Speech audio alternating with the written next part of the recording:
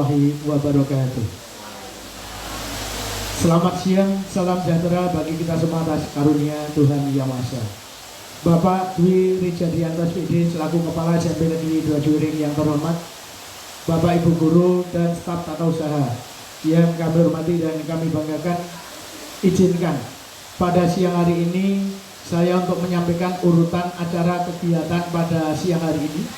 Namun sebelumnya Ibu dan Bapak sekalian, tidak ada artinya, marilah kita ajak selalu dan selalu untuk menyampaikan ungkapan syukur kita kepada Allah Tuhan Yang Maha Kuasa atas nikmat yang telah diberikan kepada kita sekalian dengan ungkapan rasa syukur kita masing-masing.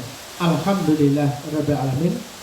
Selanjutnya perlu kami sampaikan urutan acara pertemuan pada siang hari ini. Acara yang pertama adalah pembukaan. Acara yang kedua pembinaan dari Bapak Kepala Sekolah. Acara yang ketiga yaitu sosialisasi paparan tindakan disiplin positif dalam rangka kita selaku tenaga pendidik maupun tenaga kependidikan untuk membina, mendidik pada peserta didik yang nanti akan disampaikan oleh narasumber kita, yaitu Ibu dan Riris Reva Istanti selaku guru penggerak di SMP Negeri 2 Juring yang merupakan salah satu tugas kewajiban yang harus dijalankan dan dilaksanakan. Untuk itu nanti mohon kepada Bapak Ibu partisipasi positifnya. Kemudian acara yang ketiga nanti lain-lain sekaligus tanya jawab. Kemudian yang keempat penutup. Demikian Ibu dan Bapak sekalian serangkaian acara pertemuan pada siang hari ini. Untuk menghemat waktu, maka segera kita mulai acara yang pertama, pembukaan, agar kiranya kita diberikan petunjuk dan bimbingan dari Allah Tuhan Yang Maha Kuasa. Maka marilah acara ini kita buka bersama dengan kita menundukkan kepala sejenak, berdoa menurut agama dan keyakinan kita masing-masing. Dimulai.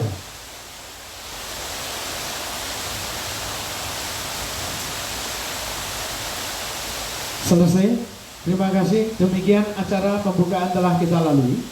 Kita lanjutkan acara yang kedua, pembinaan dari kepala sekolah. Untuk itu kepada yang hormat Bapak Dwi Rijadianto SPD, waktu dan tempat kami haturkan. Terima kasih. Assalamualaikum warahmatullahi wabarakatuh. Kepada yang hormat Bapak dan Ibu Wakil Kepala Sekolah, kepada yang kami hormati juga Bapak Ibu beserta karyawan, alhamdulillahirabbil alamin. Hari ini kita masih diberi kesehatan untuk melaksanakan tugas kita sebagai guru. Beberapa poin sebelum nanti Bu Riris untuk menyampaikan sosialisasi, saya diberi waktu berapa menit? Karena ada protokol ini ya. 10 menit. Ya, semoga bisa ini 10 menit. Yang pertama, evaluasi dulu untuk kegiatan kita dari awal pembelajaran. Kita sudah minggu ketiga, minggu 1, kedua, ini sudah ketiga. Terima kasih sudah bisa melaksanakan dengan baik. Ini mic-nya pripun? Ada pripun Mas Agus? Ini nek nggo karaokean wis masuk ke barang second. Ada yang lebih baik Pak Bendahara? Tibo. Nanti kalau memang ini sudah kurang layak diserviskan gitu. Karena tiba-tiba kan mengagetkan kuping, merusak kuping. Ini diserviskan, yang baru dikeluarkan, gitu kan? Lebih. Ya, pokoknya bicaranya. Kan gak enak sedang bicara, nah ini tiba-tiba besar sendiri. Udah ini terakhir kali, dipakai terakhir kali besok masuk servis gitu. Gak enak, saya mengagetkan orang. Kemudian yang kedua tentang kegiatan belajaran. Saya beberapa kali keliling gitu, keliling kelas, ada kelas-kelas yang tidak melaksanakan pembelajaran. Artinya apa? Siswa tidak ada gurunya, padahal dalam protapnya sebuah pembelajaran itu ada guru, ada siswa. Ya kami hanya mengingatkan. Jadi kalau ada guru yang berkepentingan keluar dari kelas itu tidak cukup lah ini. Banter meneh. Kan loro kupingku. Tidak, aduh, meneh. Udah Pak Jamkom kesak, ya ampun. Udahlah, tak volumenya tak atur sendiri. Meledak-ledak gitu loh. Jadi ini terus kira.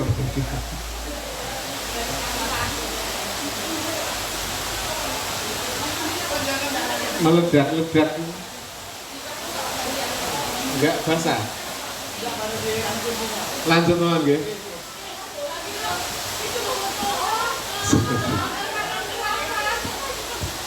Nah, Mas David itu udah ini. Mana Mas? Ben do kaget. Ini kan pakai kamera. Bukan mic. Ininya ya. Biar masuk servis.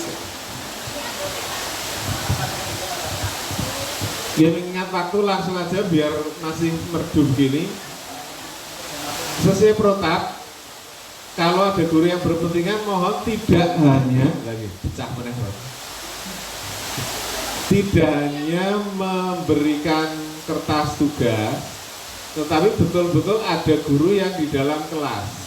Karena kemarin saya ke suatu kelas ada anak-anak yang karena tidak tahan di dalam kelas, akhirnya dia ingin belajarnya di luar karena kelasnya rame gitu.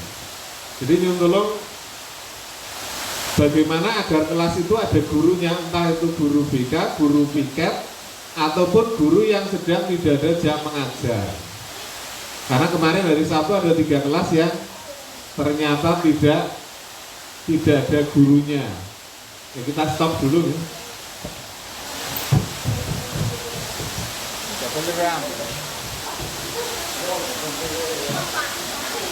Makin servis.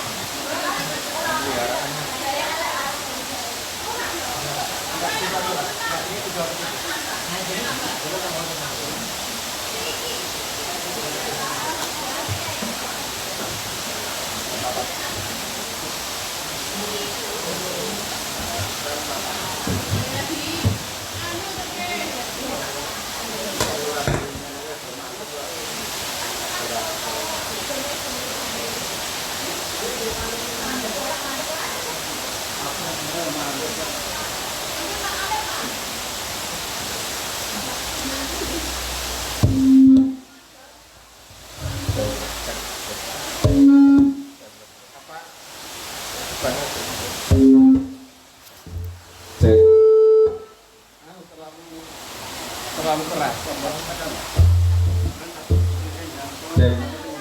Bassnya kebesaran, bassnya kecilkan.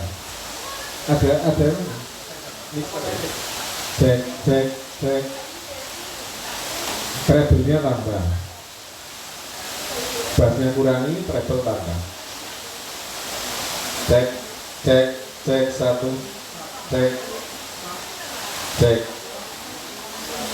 cek cukup.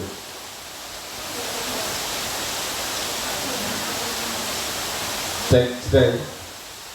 Jadi kita ulang ya. Jadi kemarin dari satu ada beberapa catatan dari saya, beberapa kelas itu tidak ada gurunya.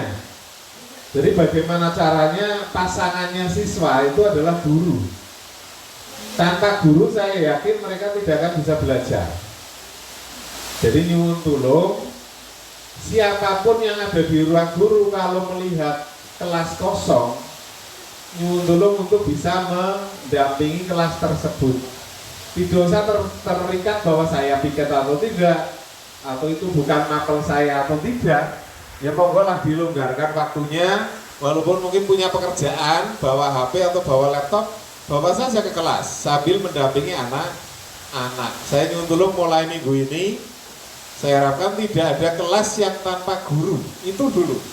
Saya tidak akan ngomong tentang materinya bagaimana, penguasaan kelasnya bagaimana, tapi minimal di tiap kelas itu anak didampingi oleh guru. Saya tidak akan mandang apakah guru itu memang guru yang mengajar di kelas itu atau tidak. Yang penting kalau kelas ada gurunya, selesai. Itu saja nyuwun mulai minggu ini untuk dilaksanakan seperti itu untuk anak-anak sendiri. Jadi nyuwun tolong seperti itu. Kemudian yang kedua, tadi saya posting video, beberapa video, ya intinya ngomong saya sebenarnya itu. Jadi biar saya tidak terlalu panjang, bahwa kita memang sudah memilih profesi guru itu dengan beberapa resiko.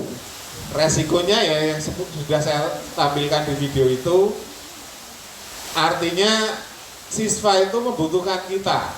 Kalau saya dalam 2 minggu ini keliling, siswa membutuhkan kita. Selama kita ada di suatu tempat, siswa akan berbuat negatif, insya Allah tidak akan terjadi ke hal yang lebih buruk. Kemarin peristiwa besar kita adalah anak yang sobek lengannya. Saya berdoa, semoga minggu ini tidak ada lagi terjadi. Tetapi hari ini, di jam istirahat kedua, terjadi juga. Dan kebetulan saya sedang ada di kelas 7E, istirahat kedua. Anaknya seperti itu, cerita lengkapnya ada di Pak Edi Santoso. Jadi monggolah kepedulian kita untuk lembaga ini, intinya anak membutuhkan pengawasan kita. Kemudian terakhir, yang perangkat yang ke saya baru 4 guru, jadi masih saya tunggu, monggo, masih saya tunggu, ya semuanya ya jumlahnya berapa, silakan masih saya tunggu, baru 4 orang guru, Pak Gatot, Bu Puji, Bu Umi, satunya siapa? Bu Sum, iya ya? Bu Sum, betul? Oh, Bu Rima, maaf. Lali, sorry. Lali, Bu Rima, gitu.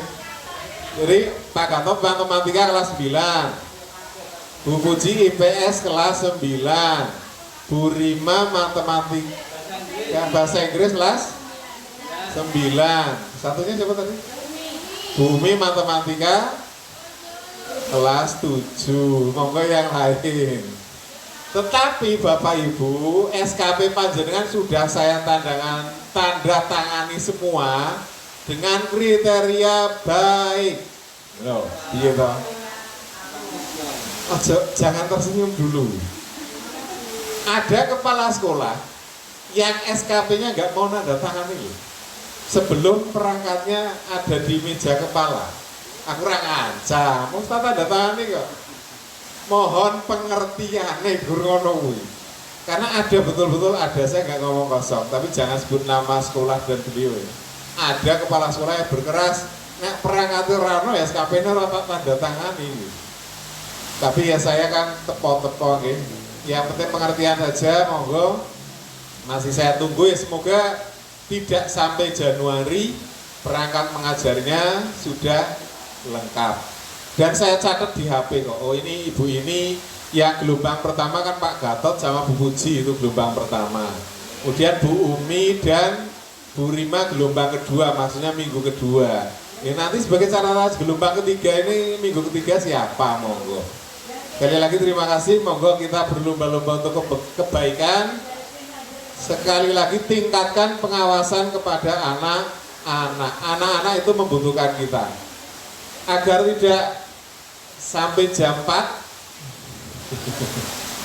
Maka cukup sekian, nanti kalau memang ada hal-hal yang baru, saya biasanya lewat langsung ke Bapak dan Ibu Wakil Kepala Sekolah untuk disampaikan kepada Bapak Ibu sekalian. Mohon maaf apabila saya ada kesalahan. Assalamualaikum warahmatullahi wabarakatuh.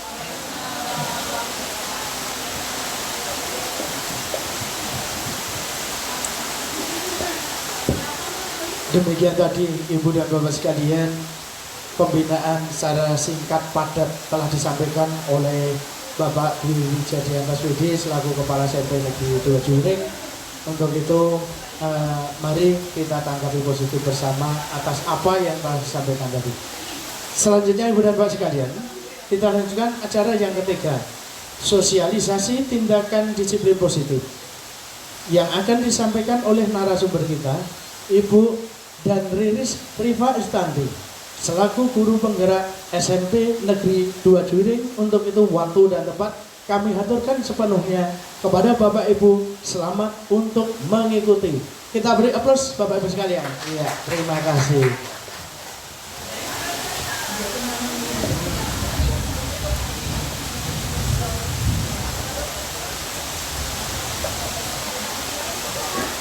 Assalamualaikum warahmatullahi wabarakatuh.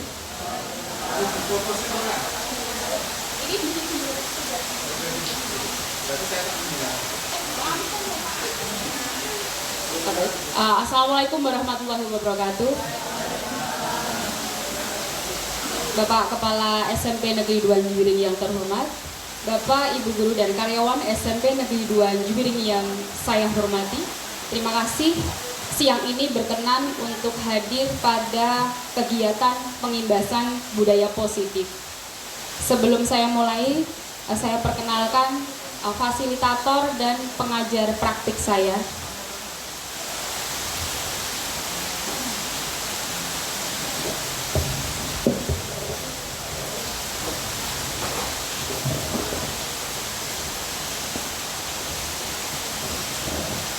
Baik Bapak Ibu, mohon izin memperkenalkan diri meskipun Bapak dan Ibu sudah mengenal saya.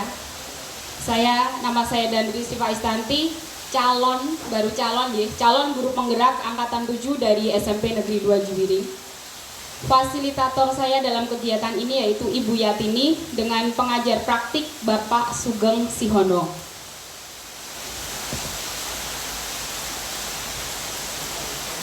Baik Bapak Ibu, kegiatan kali ini yaitu pengimbasan materi budaya positif.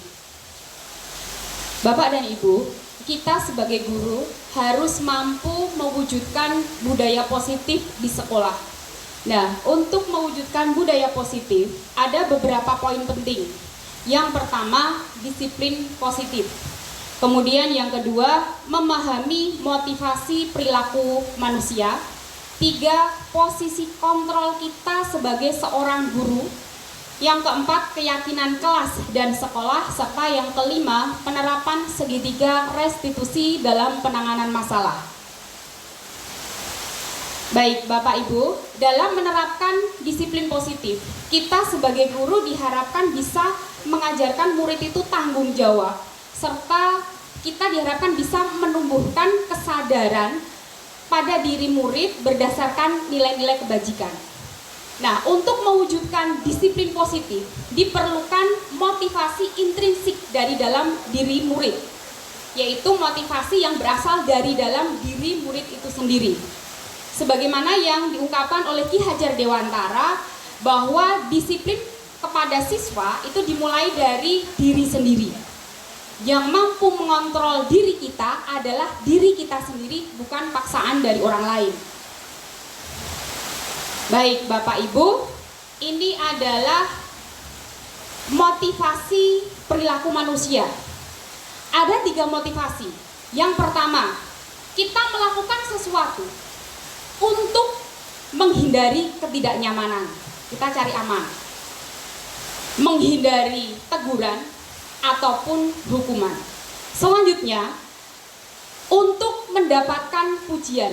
Jadi seseorang berperilaku itu ya biar dipuji, dapat imbalan ataupun penghargaan dari orang lain. Selanjutnya, motivasi yang ketiga itu untuk menjadi orang yang diinginkan dan menghargai diri sendiri dengan nilai-nilai yang dipercayainya. Motivasi yang diperlukan untuk menerapkan disiplin positif yaitu motivasi intrinsik atau internal, yaitu untuk menjadi orang yang diinginkan dan menghargai diri sendiri dengan nilai-nilai yang dipercayainya. Jadi kita menumbuhkan motivasi intrinsik pada siswa itu dengan pendekatan yang positif. Hindari pemberian hukuman dan penghargaan berlebih untuk meminimalisasikan munculnya motivasi eksternal pada diri murid. Sebelum dilanjutkan, adakah yang ingin disampaikan Bapak Ibu? Baik, kalau tidak ada, kita menuju pada posisi kontrol guru. Bapak dan Ibu, di dalam dunia pendidikan itu ada 5 posisi kontrol guru. Yang pertama, guru sebagai seorang penghukum. Yang kedua, guru sebagai pembuat merasa bersalah. Yang ketiga, guru sebagai teman. Yang keempat, guru sebagai pemantau. Dan yang kelima, guru sebagai manajer. Mohon informasi Bapak Ibu, untuk saat ini di manakah posisi Bapak Ibu?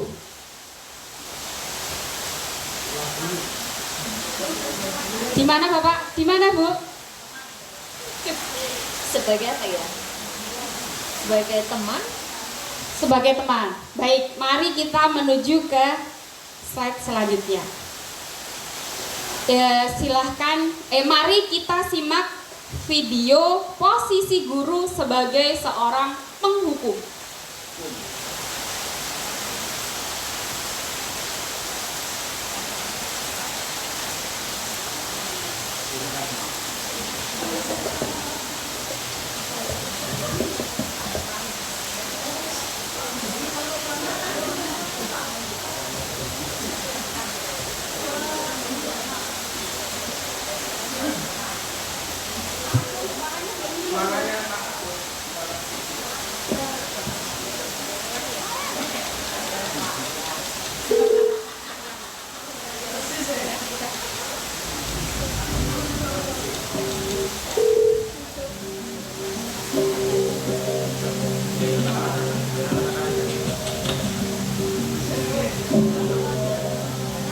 Naren, sini kamu. Selamat pagi, Bu. Selalu terlambat. Kamu deh, pasti terlambat. Maaf, Bu. Saya Apa?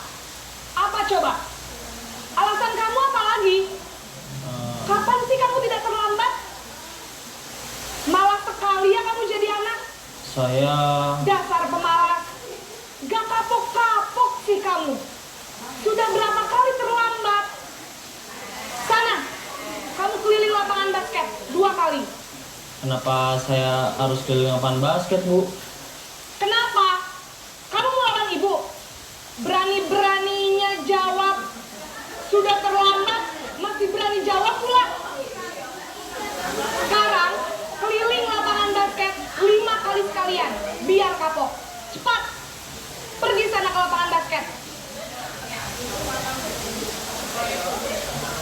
Baik Bapak Ibu, itu adalah posisi guru sebagai seorang penghukum. Nah, biasanya Bapak Ibu guru atau kita itu memiliki posisi penghukum itu apabila kita menghardik siswa, kemudian menunjuk-nunjuk siswa, bahkan berkacak pinggang dan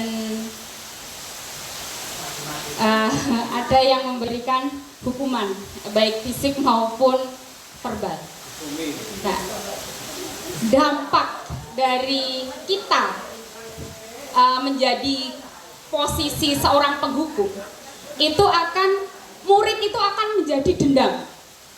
Kalau murid menjadi dendam, itu hanya dipendam.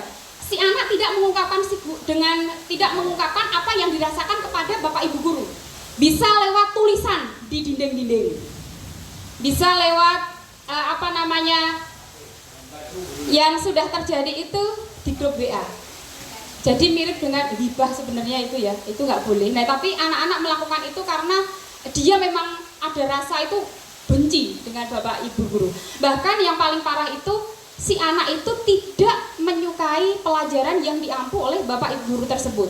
Memang dari posisi guru sebagai seorang penghukum akan tercipta disiplin. Si anak saat jam guru A itu akan segera berlari karena tidak mau terlambat. Tapi disiplin yang tercipta di sini adalah disiplin semu. Si anak itu tidak akan melakukan itu dengan guru yang lain, hanya guru tertentu saja. Jadi disiplin yang muncul itu muncul dari faktor eksternal, faktor dari luar siswa. Selanjutnya, posisi yang kedua.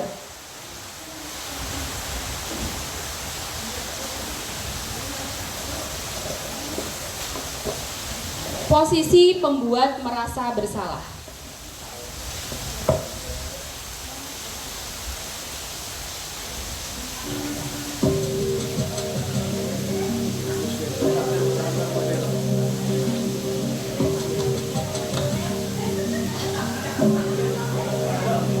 Naren,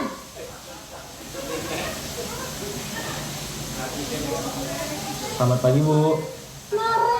Naren, kamu kenapa terlambat lagi, nak?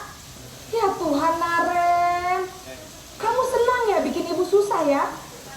Kalau kamu terlambat lagi, nanti ibu yang ditegur bapak kepala sekolah, nak. Disangka ibu tidak bisa membina kamu. Duh, gimana ini? Maaf, Bu. Duh, Gusti Naren, kamu suka ya kalau ibu ditegur bapak kepala sekolah? Terus, sekarang ibu harus tulis apa ini di buku absen? Ini kamu sudah sering terlambat loh. Ibu harus apa coba? Maaf, Bu. Maaf sekali. Ya sudah, lain kali jangan bikin ibu susah lagi ya, nak ya. Ibu tidak akan kuat lagi kalau kamu begini terus. Bisa jantungan kalau ibu ditegur bapak kepala sekolah. Sana cepat kelas. Maaf ya, Bu. Maaf sekali.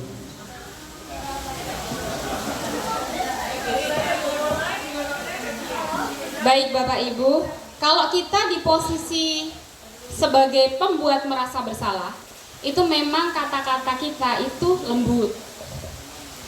Tapi kata yang keluar dari Bapak Ibu guru di posisi kontrol ini itu cenderung menyalahkan siswa. Jadi semua kejadian yang terjadi itu adalah salah siswa dan guru adalah objek penderita. Nah, dari posisi ini dampak yang terjadi itu murid merasa salah. Jadi di sini terjadi identitas gagal. Jadi murid itu, aduh kok seperti ini, saya sudah membuat orang lain menderita. Anak menjadi tidak pede. Bahkan kalau itu berlangsung terus-menerus, anak mulai menarik diri dari lingkungan tempat dia berada. Memang tercipta disiplin, tapi disiplinnya semu. Kenapa? Karena siswa itu melakukan sesuatu karena faktor eksternal. Jadi dia tidak akan terlambat lagi karena apa? Karena takut membuat seseorang menderita. Nah, di posisi ini memang kasihan siswanya. Nah, sekarang guru berada di posisi teman.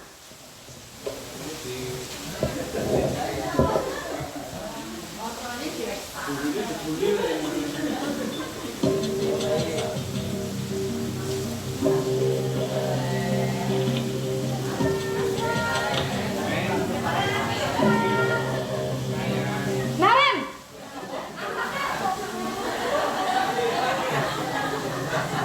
Selamat pagi, Bu. wah, sudah jam berapa ini, nak? Terlambat lagi ya, sayang. Iya, Bu. Habis ibu saya udah membangunkan saya, Bu. Kamu malah menyalahkan ibu kamu. Kamu bukannya anak yang larinya paling kencang. Kok terlambat sih? Iya, Bu. Saya memang terlambat bangun tadi. Jadi, biarpun saya lari kencang, tetap gak kekejar, Bu. Ya sudah sana. Nanti lain kali larinya lebih kencang lagi ya. Biar gak terlambat lagi. Bikin seneng ibu. Demi ibu. Bisa kan? Bisa lah, Bu.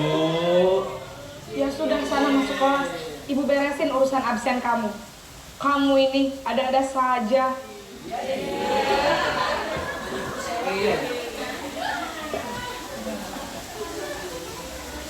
Di sini Bapak Ibu guru memiliki posisi kontrol sebagai teman. Itu suaranya cenderung ramah. Kemudian si anak itu diajak untuk bersendau gurau. guru berusaha dekat dengan siswa. Tapi dengan posisi seperti ini, dampak yang terjadi, murid bergantung pada satu orang, misalnya dengan guru A, karena merasa nyaman dengan guru A sudah seperti teman. Anak menjadi tidak mandiri, karena ada apa-apa selalu dibantu, seperti itu.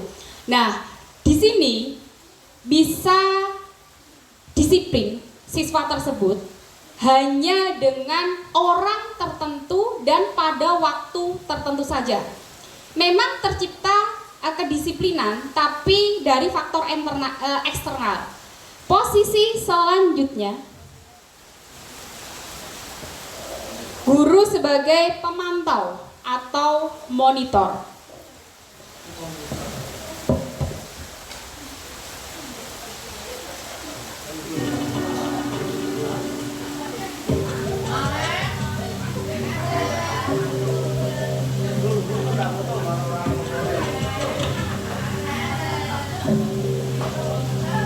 Naren,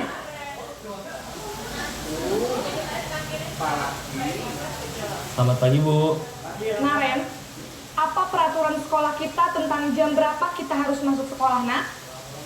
Kita harus di sekolah jam 7, Bu. Iya, betul. Sekarang sudah jam 7.20. Naren sudah tahu konsekuensinya jika terlambat hadir. Paham, Bu. Saya harus tinggal kelas pas jam istirahat selama 20 menit. Iya, benar. Konsekuensinya demikian. Jadi nanti jam 9.30 pas istirahat, kamu harus tinggal di kelas, kerjakan tugas tambahan untuk ketertinggalan kamu, ya? Baik, Bu.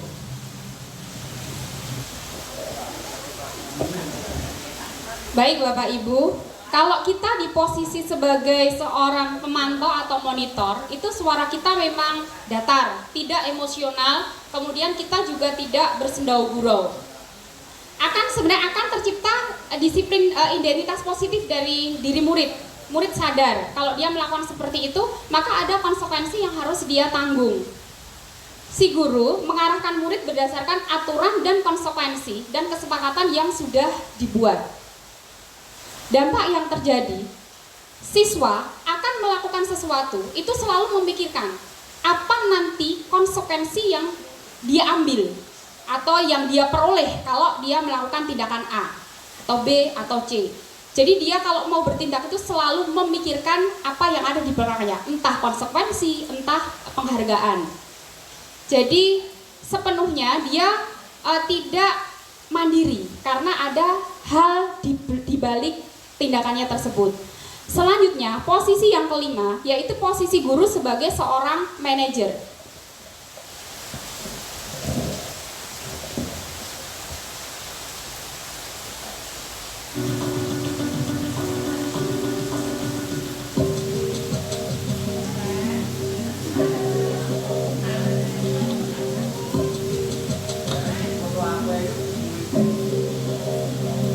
Naren,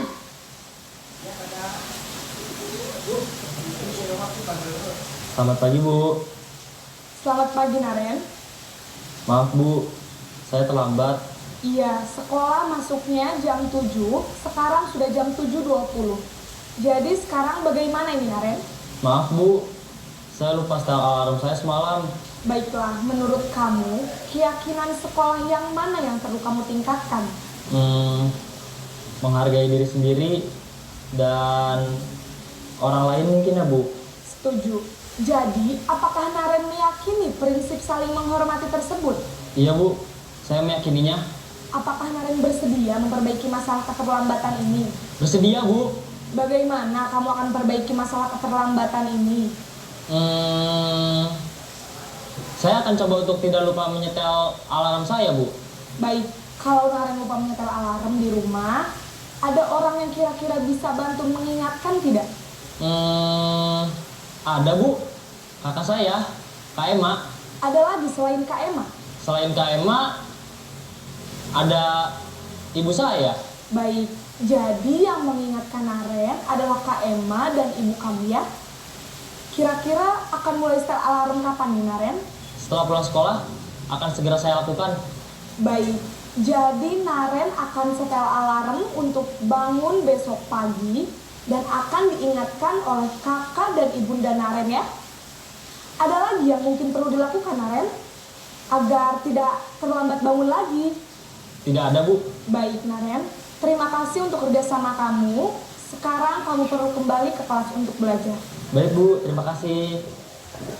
Baik Bapak Ibu, kebiasaan seorang guru apabila di posisi manajer itu suaranya netral, kemudian tidak emosional, tidak terlalu ramah, dan tidak bernada tinggi, sehingga tercipta identitas positif pada diri murid tersebut. Seperti yang kita lihat di video tadi, guru dengan tulus mengajukan pertanyaan agar membuka pikiran murid. Dari sana si murid bisa menemukan solusi atas permasalahan yang ada pada dirinya. Nah, dari posisi guru sebagai seorang manajer ini, dampak yang didapatkan yaitu murid menjadi mandiri. Selanjutnya, murid juga percaya diri karena dapat menyelesaikan masalahnya sendiri. Kemudian murid bisa belajar dari kesalahan yang dia buat, dan si murid ini memahami nilai dari aturan disiplin positif. Baik Bapak Ibu, kita sebagai seorang guru idealnya berada dalam posisi kontrol yang mana Bapak Ibu? Ya, baik, manajer. Kita sebagai seorang guru diharapkan menempati posisi sebagai seorang manajer. Nah, untuk menunjang posisi kita sebagai seorang manajer itu diperlukan antara lain pembuatan kesepakatan kelas. Nah, di sini guru sebagai manajer itu guru mendidik murid untuk dapat bertanggung jawab pada tindakannya. Guru memotivasi murid untuk mencari solusi atas permasalahannya sendiri. Kemudian posisi manajer ini mengacu pada restitusi yang dapat menjadikan murid sebagai manajer bagi dirinya sendiri sehingga tercipta identitas yang positif. Dengan menerapkan disiplin positif yang berpihak pada murid dan memerdekakan murid. Selanjutnya, posisi manajer dapat menunjang munculnya motivasi intrinsik pada murid. Saat kita melihat video tadi, bagaimana Naren itu menyelesaikan solusinya, menyelesaikan permasalahannya, itu dibantu atau dibimbing ibu guru tadi dengan memberikan pertanyaan. Jadi si Naren itu dari pertanyaan bermakna tersebut, Naren mencari jawaban atas permasalahannya sendiri. Baik Bapak Ibu, adakah yang ingin disampaikan? Baik, kalau tidak ada, saya selanjutnya ke menyusun keyakinan kelas. Langkah yang pertama Bapak Ibu, keyakinan kelas itu bisa disusun secara individu, kemudian berkelompok atau survei kelas. Bagaimana caranya? Misalnya saat jam perwalian, Bapak Ibu bisa menggunakan jam perwalian itu untuk menyusun keyakinan kelas atau kesepakatan kelas. Langkahnya misalnya gini, Bapak Ibu meminta murid untuk menuliskan impian kelas mereka itu seperti apa. Kemudian impian memiliki teman seperti apa. Selanjutnya, impian memiliki seorang guru yang seperti apa. Nah, setelah si siswa itu menuliskan mimpi-mimpinya, langkah yang kedua, menanyakan pada murid tersebut bagaimana langkah untuk mencapai mimpi-mimpi yang mereka ungkapkan tadi.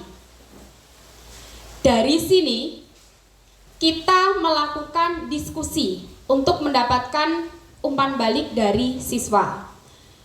Langkah-langkah yang diambil tadi, siswa kan misalnya tadi saat menuliskan impian murid tadi, kelas ideal, kertas kelas impian seperti apa, teman-teman impian seperti apa, guru yang diimpikan seperti apa. mereka bisa menuliskan di buku tulis atau di kertas yang biasa gitu. Nah, setelah itu untuk langkah untuk mencapai impian itu, siswa bisa menuliskan pada kertas kecil yang ada stiker ya, itu namanya ya.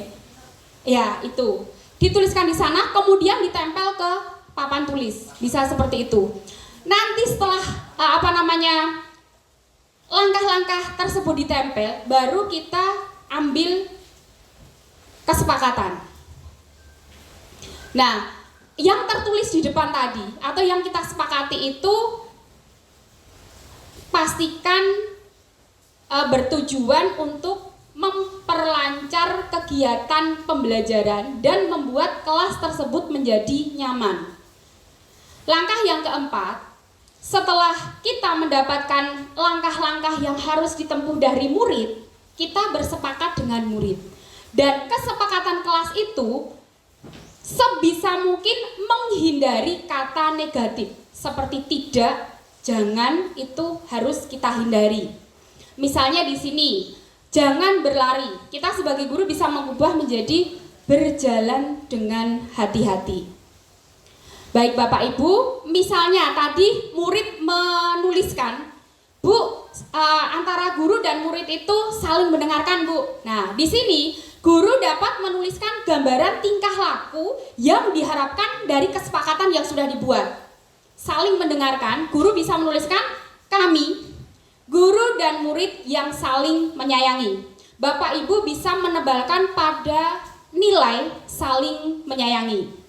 Kemudian, kalau misalnya kesepakatan murid bersepakat saling mendengarkan. Tadi kan guru dan murid, sekarang murid bersepakat saling mendengarkan.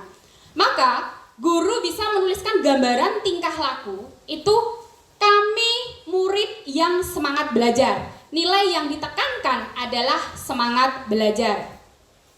Selanjutnya, contoh juga murid bersepakat saling membantu. Maka guru bisa menuliskan gambaran tingkah laku murid yaitu kami murid yang peduli dengan teman-teman.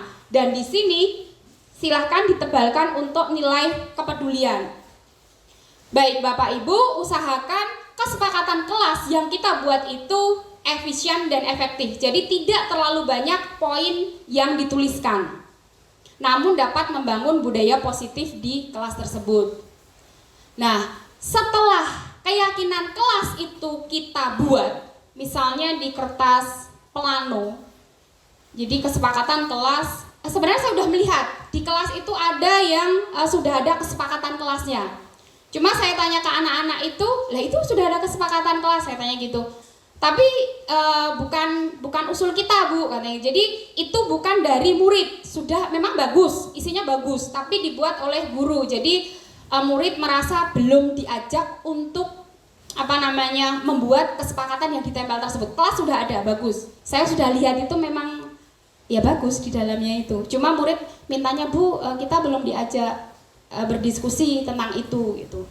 Nah, setelah tadi kesepakatan ditulis di plano atau misalnya kita ketik, kemudian kita print, beri kolom di bagian bawah itu untuk siswa membubuhkan tanda tangan supaya siswa itu merasa dia membuat dan dia memiliki, maka si murid juga akan melaksanakan kesepakatan yang sudah dibuat di kelasnya. Baik Bapak Ibu, seperti tadi guru sebagai seorang manajer itu ada tahapan penerapan segitiga restitusi. Penerapan segitiga restitusi ini dilakukan apabila ada seorang murid itu yang memiliki masalah. Sebelum dilanjutkan, ada yang ingin disampaikan Bapak Ibu? Bapak Ibu? Ya, Bapak Ibu? Ada yang ingin disampaikan? Belum? Oke, baik. Saya lanjutkan apabila belum ada yang disampaikan. Ya, ini apa itu segitiga restitusi? Nah, ini segitiga restitusi. Segitiga restitusi ini adalah suatu proses untuk menciptakan kondisi bagi murid si anak ini bisa memperbaiki kesalahan mereka, sehingga setelah masalah terselesaikan mereka bisa kembali ke kelompoknya dengan karakter yang lebih kuat, karakter positif yang lebih kuat. Nah, tahapan seorang guru itu menerapkan segitiga restitusi, yang pertama adalah menstabilkan identitas, validasi tindakan yang salah, dan menanyakan keyakinan. Mari kita simak video pendek berikut.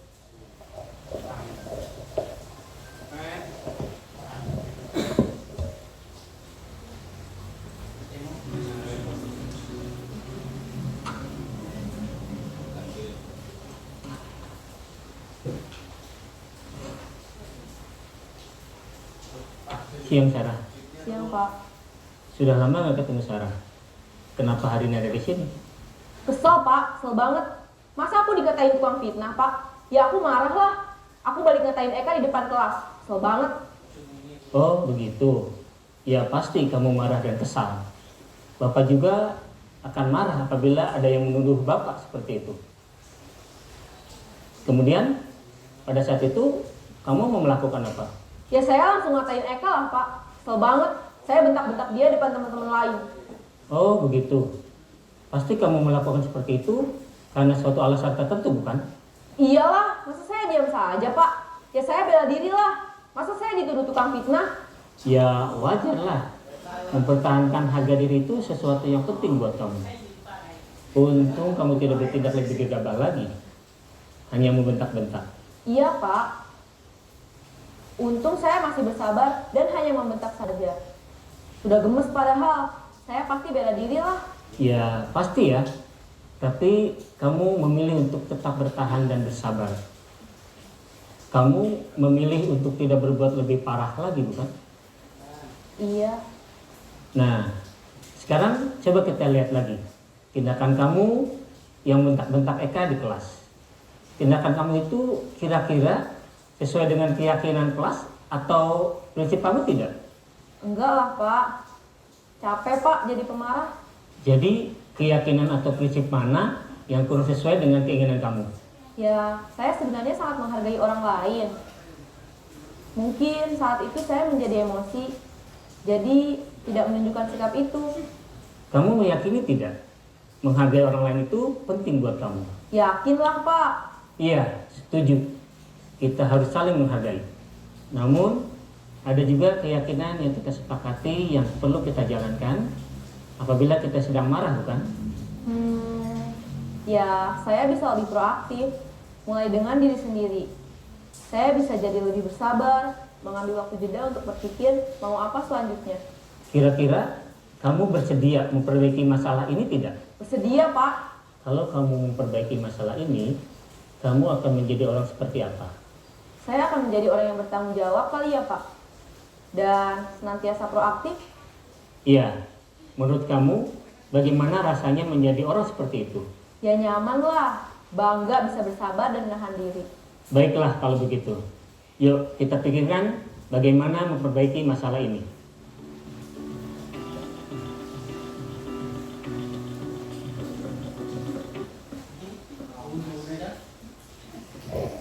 Baik Bapak dan Ibu, itu tadi penerapan segitiga restitusi untuk menyelesaikan masalah yang dialami oleh murid. Yang pertama tadi Pak Guru itu menstabilkan identitas pada Sarah tadi. Jadi memang setiap manusia atau setiap orang itu pasti melakukan kesalahan. Nah, si bapak tadi juga menstabilkan identitas si anak bahwa dia bukan satu-satunya siswa yang pernah melakukan kesalahan. Selanjutnya, bapak tadi melakukan validasi tindakan yang salah, menanyakan apa yang sudah dilakukan oleh Sarah tadi. Dan dia secara lancar menyampaikan apa yang sudah dia lakukan. Kemudian bapak tadi itu juga menanyakan apa yang sudah dilakukan Sarah, apakah sesuai dengan kesepakatan atau keyakinan kelas yang sudah dibuat. Nah, Bapak Ibu, di sini adalah prinsip dari segitiga restitusi. Yang pertama, menstabilkan identitas berdasarkan prinsip bahwa membuat kesalahan adalah bagian dari proses pembelajaran. Kemudian Bapak Ibu guru diharapkan bisa menggeser identitas murid dari yang identitas gagal ke identitas sukses. Dia melakukan kesalahan, kemudian dia bisa menyelesaikan masalahnya sendiri. Kemudian saat murid melakukan kesalahan, kita jangan mengkritik murid tersebut karena sudah dia mengalami masalah, kemudian tambah kita beri kritikan, nanti murid semakin down ya. Selanjutnya, pernyataan yang bisa kita lakukan saat kita menstabilkan identitas, kita bisa membuat kesalahan adalah sesuatu yang wajar. Itu yang bisa kita sampaikan kepada murid kita. Manusia tidak ada yang sempurna. Kita bisa memperbaiki masalah ini. Saya tidak menyalahkan kesalahan kamu, tetapi kita fokus untuk memperbaiki masalahnya. Kemudian bisa juga kita menanyakan, apakah saat ini kamu tengah menjadi orang yang baik untuk diri kamu sendiri? Yang kedua, validasi tindakan yang salah. Nah, di sini ada prinsip bahwa setiap perilaku itu berupaya untuk memenuhi kebutuhan tertentu. Seperti Sarah tadi. Sarah perilakunya apa? Buruk, dia marah-marah, dia membentak temannya. Itu ada kebutuhan yang dia penuhi. Kemudian guru berusaha menggeser. Kalau saat kita mengajar dulu ada teori stimulus dan respon. Guru memberikan stimulus, siswa merespon.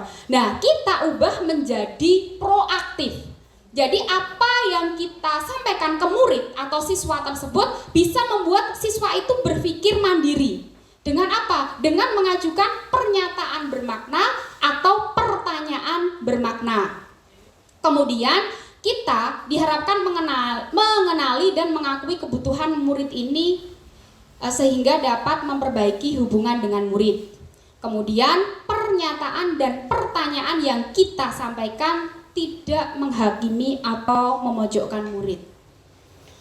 Di sini bisa juga validasi tindakan yang salah tadi, kamu bisa bertindak lebih gegabah daripada ini, mungkin mengajukan seperti itu ke murid tadi.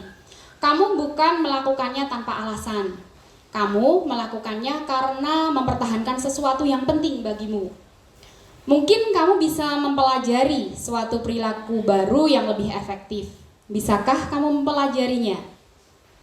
Nah, selanjutnya posisi yang ketiga, segitiga restitusi yang ketiga itu menanyakan keyakinan.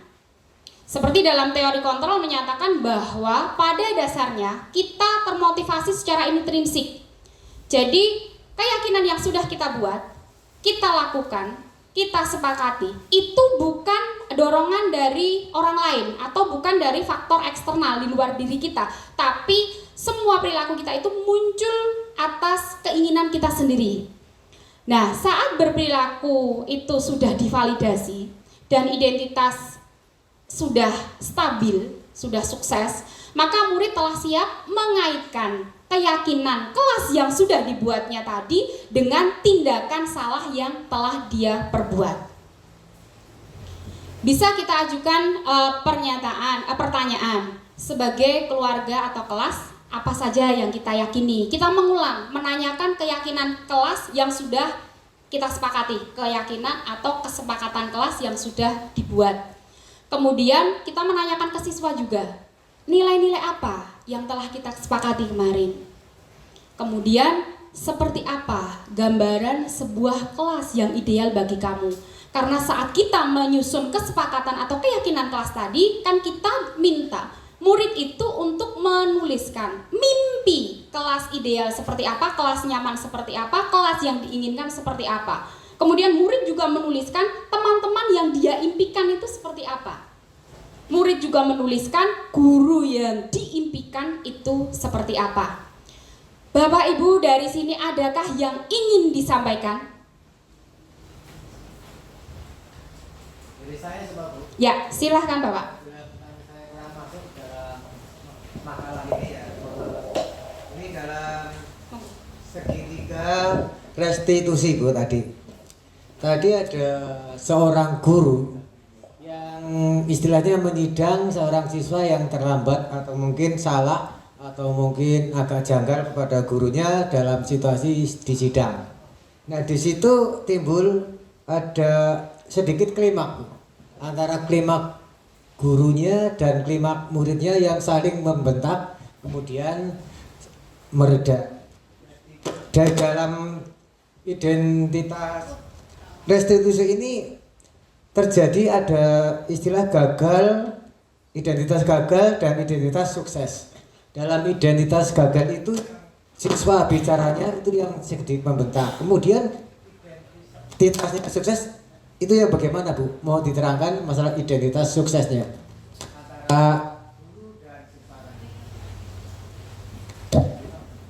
Ya, baik Bapak, terima kasih atas tanggapannya.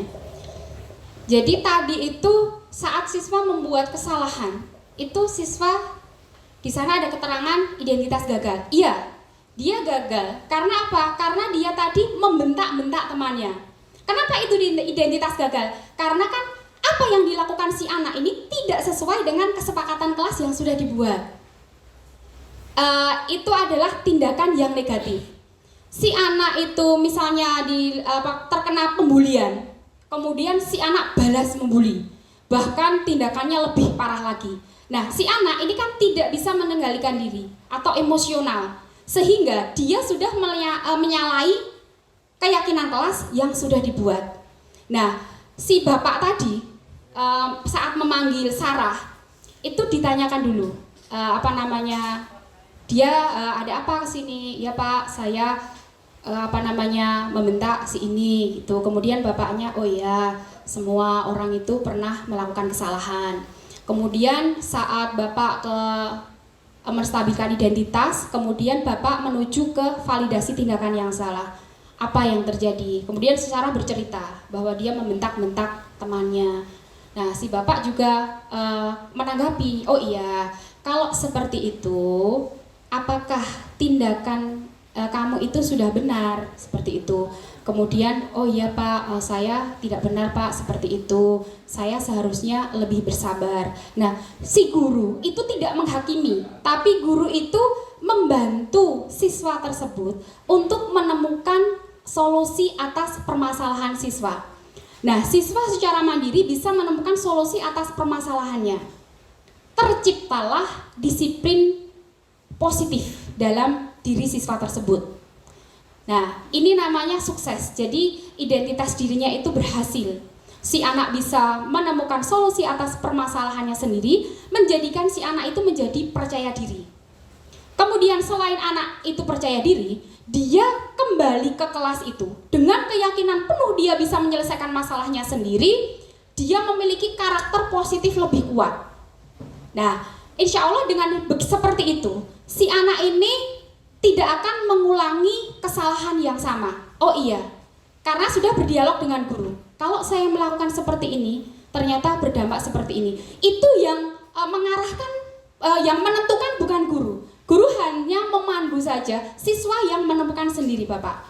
Jadi awalnya si siswa datang kepada guru dengan identitas yang gagal, siswa kembali ke kelas itu sudah membawa identitas sukses, identitas yang positif, di mana dia sudah menyelesaikan masalahnya sendiri.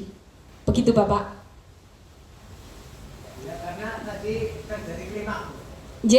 Naik, dan mereda. Oh iya, tadi kok membentak-bentak. Iya. Saat siswa datang itu dia marah gitu loh, karena di kejadian yang baru menimpa dirinya atau kejadian yang dilakukan tadi, perilaku yang dilakukan si siswa tadi itu kan marah-marah. Jadi dia ketemu guru itu masih marah. Saya ini loh Pak, tadi seperti ini. Nah, kemudian bapaknya tidak marah. Bapak itu tetap netral. Kemudian bapak itu mengarahkan, memberikan pernyataan, memberikan pertanyaan, sehingga kondisi emosional siswa itu menjadi stabil. Jadi yang awalnya meledak-ledak dengan panduan dan bimbingan dari Pak Guru tadi bisa stabil emosinya. Sehingga si siswa juga bisa menemukan solusi atas masalahnya sendiri. Begitu Pak? Ya, baik. Terima kasih atas tanggapannya. Ya. Selanjutnya, bagaimana membangun budaya yang positif agar lebih efektif? Hal lain yang penting untuk dipelajari dalam upaya mewujudkan budaya positif adalah tentang sinergisitas antara orang tua dan pihak sekolah. Hal ini penting agar budaya positif tidak hanya diterapkan di sekolah, namun juga dalam kehidupan sehari-hari murid dimanapun mereka berada. Artinya budaya positif menjadi sebuah nilai yang terinternalisasi dalam diri murid. Kalau itu sudah terbentuk, dia berperilaku di sekolah, dia berperilaku di rumah, itu tetap akan baik. Nah, dari beberapa hal yang sudah kita pelajari bersama tadi, sebenarnya ini juga membuka pikiran saya. Yang awalnya saya berpikir bahwa apabila kita kuat, maka semua akan ikut dengan kita. Tapi itu hanya sifatnya sementara. Nah, mari Bapak dan Ibu, semoga kita bisa menjadi seorang guru itu yang bisa memanajer siswa. Jadi kita bantu siswa untuk menyelesaikan masalah dari siswa tersebut tanpa kita memberikan hukuman. Nah, Bapak Ibu, dari sini tadi adakah yang ingin disampaikan?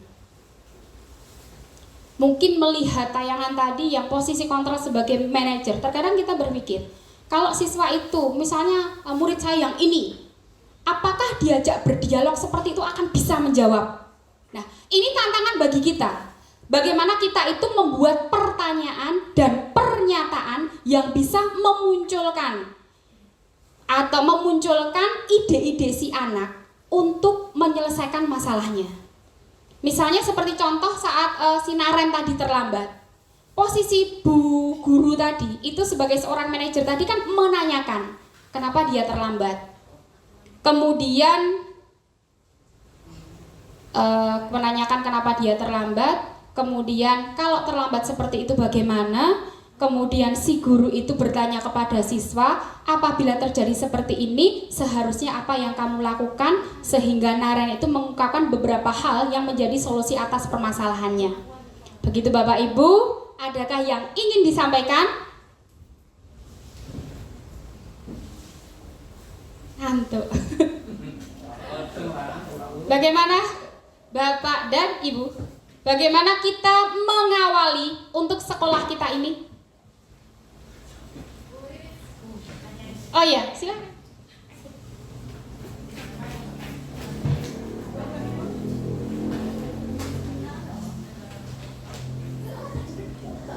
Jadi tadi diterangkan saat posisi guru sebagai manajer ya. Jika posisi guru sebagai manajer adalah harus memberi pertanyaan agar pikiran anak tetap terbuka. Lalu bagaimana jika si anak responnya tetap acuh atau tidak menjawab pertanyaan itu sama sekali? Bagaimana hal yang harus dilakukan? Contohnya seperti apa?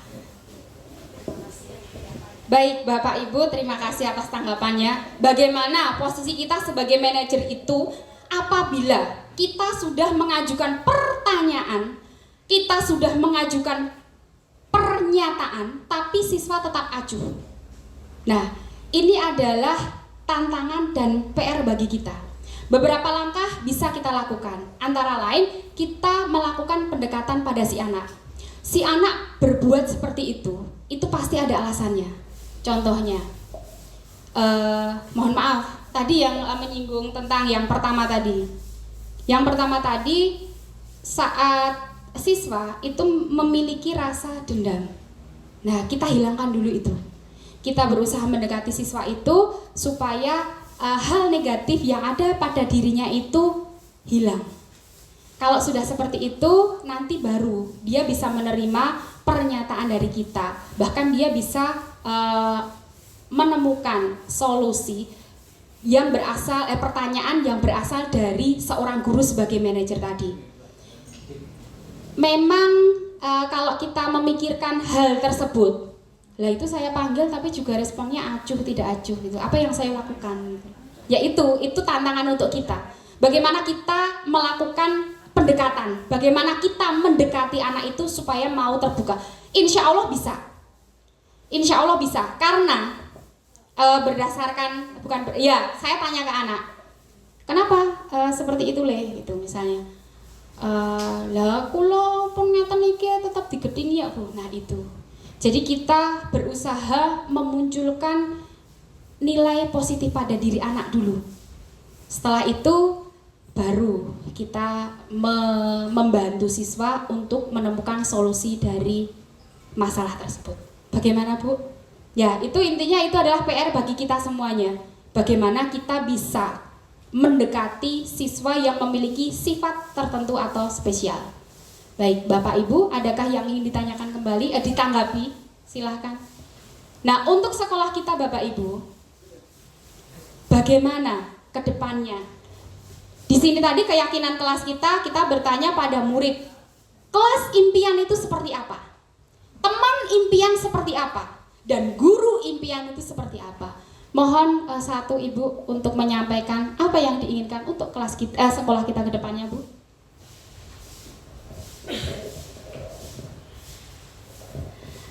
Yang diinginkan untuk sekolahan kita tentang kelas yang produktif dan guru yang memberikan kasih sayang kepada muridnya tanpa harus memberikan sikap negatif ke muridnya. Begitu dari saya.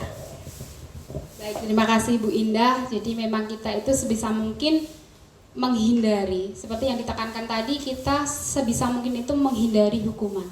Seperti saat Naren terlambat tadi, si Naren diminta untuk mengelilingi lapangan. Lah terus apa hubungannya siswa terlambat dengan mengelilingi lapangan? Kalau misalnya itu pelajaran olahraga tidak masalah.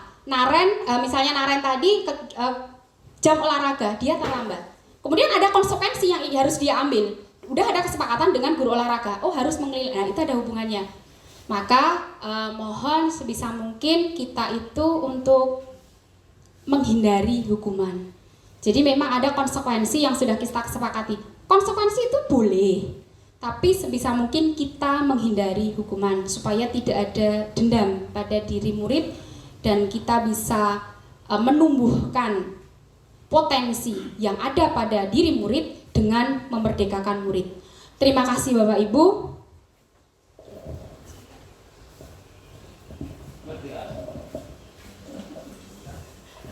Terima kasih Bapak Ibu. Demikian belajar bersama kita kali ini tentang budaya positif. Salam guru penggerak, tergerak, bergerak, dan menggerakkan. Terima kasih. Wassalamualaikum warahmatullahi wabarakatuh.